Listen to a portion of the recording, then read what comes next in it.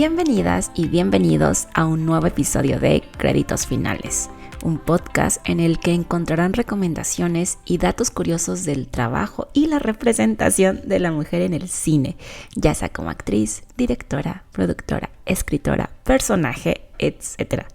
Les habla aquí Montserrat Urueña, una no experta en cine, pero sí experta en hablar muchísimo e investigar cosas que me gustan como las películas. Como ya es costumbre, ya saben que si quieren tener información extra del tema que haya sido el de la semana aquí, les recomiendo que me sigan en la red social de su preferencia.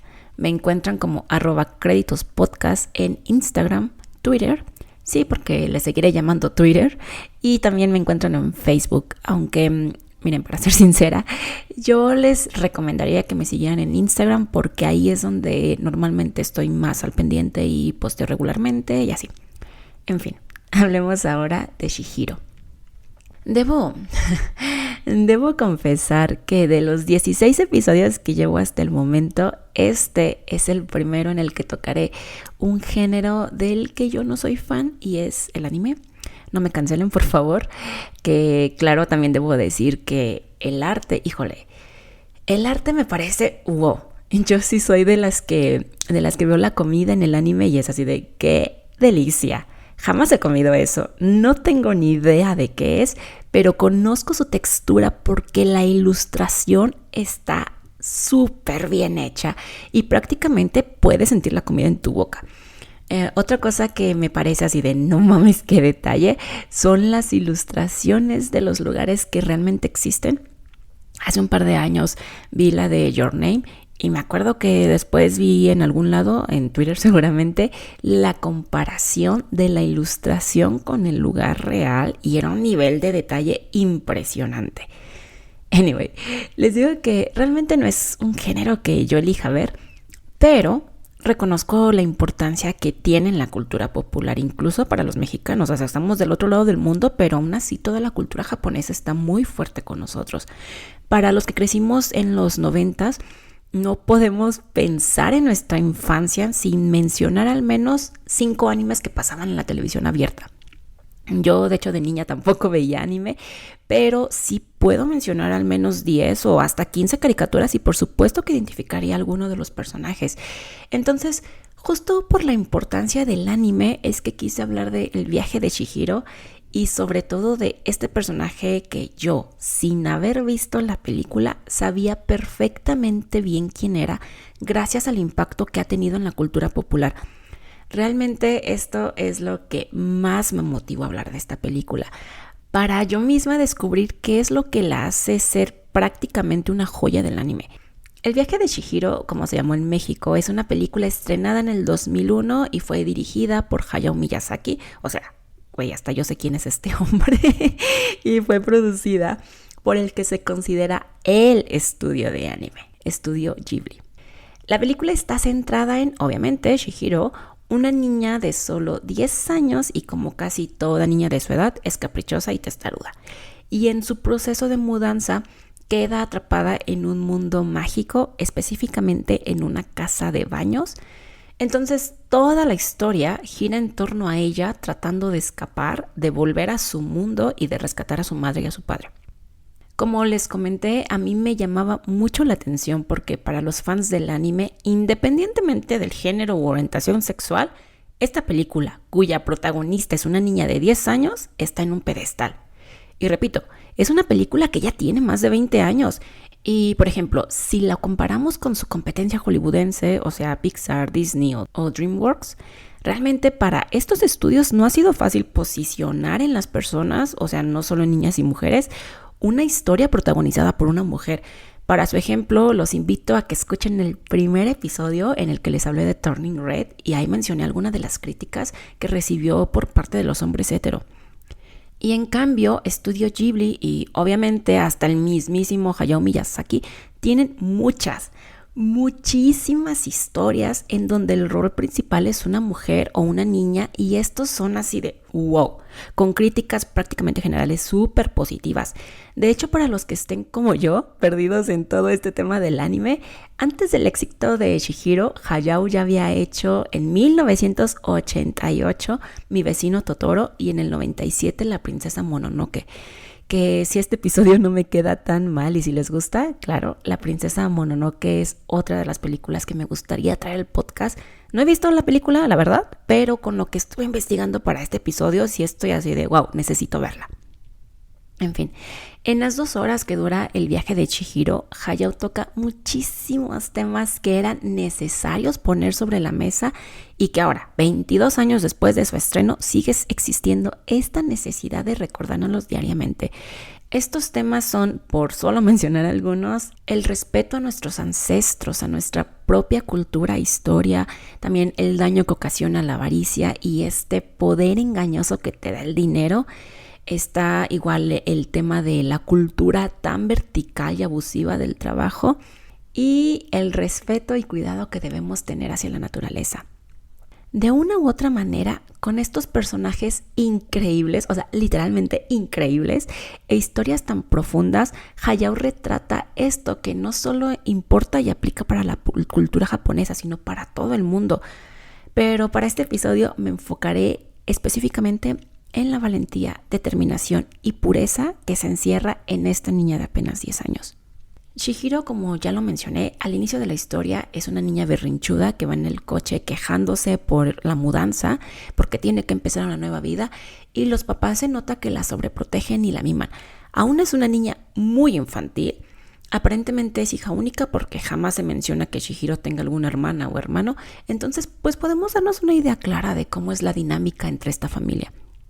Normalmente nosotros como adultos como que tendemos a no tomar en serio a los niños cuando nos comparten sus ideas y pensamientos porque pues son niños y para nosotros es algo muy estúpido pensar que porque llevan pocos años en este mundo no saben cómo funciona. En este aspecto los adultos nos creemos superiores y toda esta idea, este concepto nos lo tiran abajo en el viaje de Chihiro. Una vez que la familia cruza el túnel y llega a este mundo mágico y espiritual, el papá y la mamá son de los que de cierta manera se infantilizan, no miden las consecuencias de sus actos y eso casi les cuesta la vida, literalmente. Esta escena de la comida que me parece brutal, en donde ambos se atascan de estos platillos mientras Chihiro los ve con un miedo de ¿qué están haciendo? Y el papá le dice así de no te preocupes, tengo dinero para pagar esto, ven y come algo. Ahí Chihiro decide no escuchar a su papá, no hacerle caso, lo cual es algo para nada común en la cultura japonesa y se mantiene pegada a esta intuición que a ella le decía que eso no estaba bien. No porque un adulto te diga que algo está bien, que no hay problema, quiere decir que está bien. Esto me recuerda un poco a Matilda, película de la que ya hice un episodio, vayan a escucharlo si no lo han hecho. Y en Matilda justo su papá le dice esta frase de yo estoy bien, tú estás mal, yo listo, tú tonta. Digo, obvio, Harry era un papá terrible y el de Chihiro no, pero es como este mismo pensamiento de yo sé más que tú porque yo soy un adulto. Y esta es solo la primera de muchísimas veces en las que vemos que un adulto subestima la capacidad, la fuerza y la determinación de Chihiro. Algo que también me gustó mucho es que cuando Chihiro se queda completamente sola en ese mundo, por supuesto que la vemos llorando y con miedo y sin saber qué hacer hasta que aparece este personaje masculino, Haku, y gracias a su ayuda ella logra entrar a esta casa de los baños. Pero a diferencia de lo que otras películas animadas de la época nos venían mostrando, Haku no rescata a Chihiro. Él la guía y le dice, ok, debes hacer esto y esto y esto para lograr salir. Y si no lo haces, pues bye. Pero yo no te voy a salvar. Aquí estás tú sola. Entonces, Chihiro se da cuenta que si quiere salir de ahí y rescatar a sus papás, deberá ser fuerte. Y sí, claro, o sea, estamos hablando de una película súper fantasiosa, pero Chihiro es una humana sin poderes. O sea, no es como que gracias a un hechizo o a una pócima, ella deja de ser esta niñita mimada. La Chihiro fuerte siempre estuvo ahí. La situación solo hizo que esta faceta saliera a la superficie. Y sí, o sea, ella es súper fuerte y muy, muy segura de sus objetivos y sale victoriosa de las diferentes dificultades que se le presentan. Pero eso no significa que el miedo haya desaparecido. El viaje de Chihiro muestra a esta heroína que llora, que tiene sus momentos de debilidad, porque el ser fuerte no significa que no tienes miedo. Más bien, el mensaje es: sentir miedo es de humanos y no es un problema. No es que sea blanco o sea negro, puede ser una y seguir siendo la otra, y de hecho esto lo vemos reflejado en casi todos los personajes importantes de la película. Haku, por ejemplo, le ayuda en un inicio, pero cuando se vuelven a ver el tipo es súper grosero con ella, tanto que hasta Chihiro piensa que hay dos de ellos. O también el espíritu sin cara, que fuera de la casa de los baños es bueno e incluso ayuda y acompaña a Chihiro, pero mientras estuvo dentro de la casa se estaba tragando a los trabajadores y se aprovechó de ellos.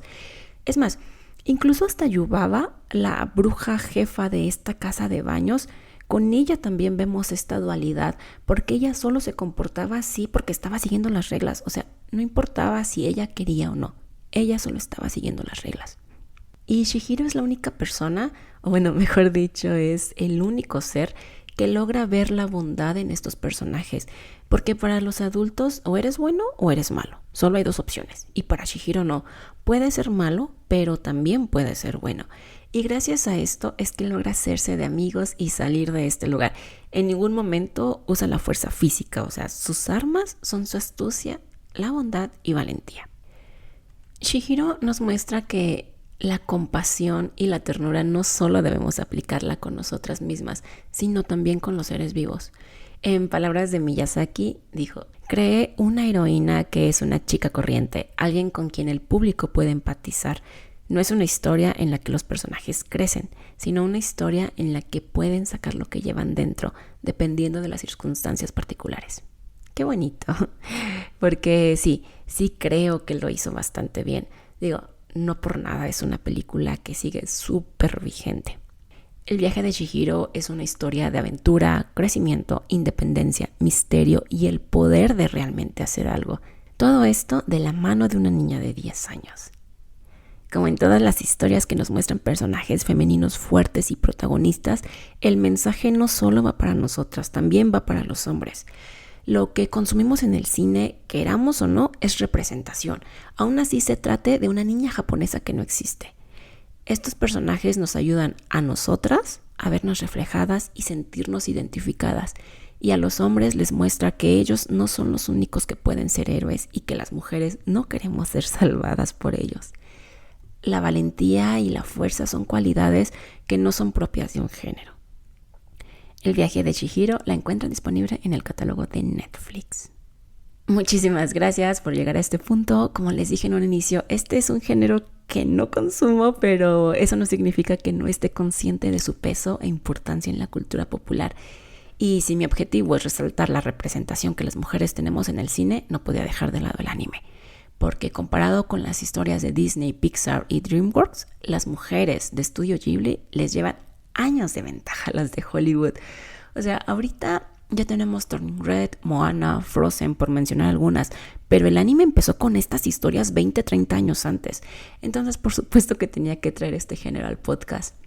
En fin, como ya saben, espero sus comentarios en mis redes sociales. Me encuentran como @créditospodcast en Instagram, Twitter y Facebook. Si a ustedes sí les gusta el anime, por favor díganme qué les pareció este episodio, si mi análisis estuvo a la altura de la película, si se me pasó a mencionar algo, díganmelo. Y si son como yo, que no consumen anime, les vuelvo a agradecer que hayan llegado al final del episodio, porque eso quiere decir que están dispuestas y dispuestos a escuchar más de estas historias independientemente de si es algo que verían o no. Después de la respuesta que tenga con este episodio, tal vez sí me anime a hablar de la princesa Mononoke, pero díganme si sí les interesa o si mejor me quedo en los géneros que ya conozco. Y ya por último, si les gustó el episodio o el proyecto o ambos, les recomiendo 2 cosas. La primera, darle seguir al podcast en la plataforma en la que me estén escuchando, y si ya saben que si activan la campanita les llegará una notificación cada martes cuando un episodio nuevo ya esté publicado. Y la segunda, recomendar este proyecto y compartirlo en redes sociales y con las personas que saben a las que les pueda interesar.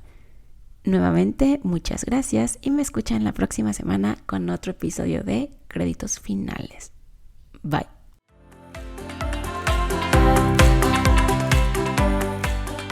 Mis fuentes fueron los artículos El viaje de Chihiro de Wikipedia, The Feminist of Hayao Miyazaki and Spirited Away de Beach Media, El viaje de Chihiro cumple 20 años porque es la película más reconocida de Hayao Miyazaki de elcomercio.p, y Spreading the Feminist Spirit of Hayao Miyazaki as Spirited Away debuts on Blu-ray de Women Film Journalist.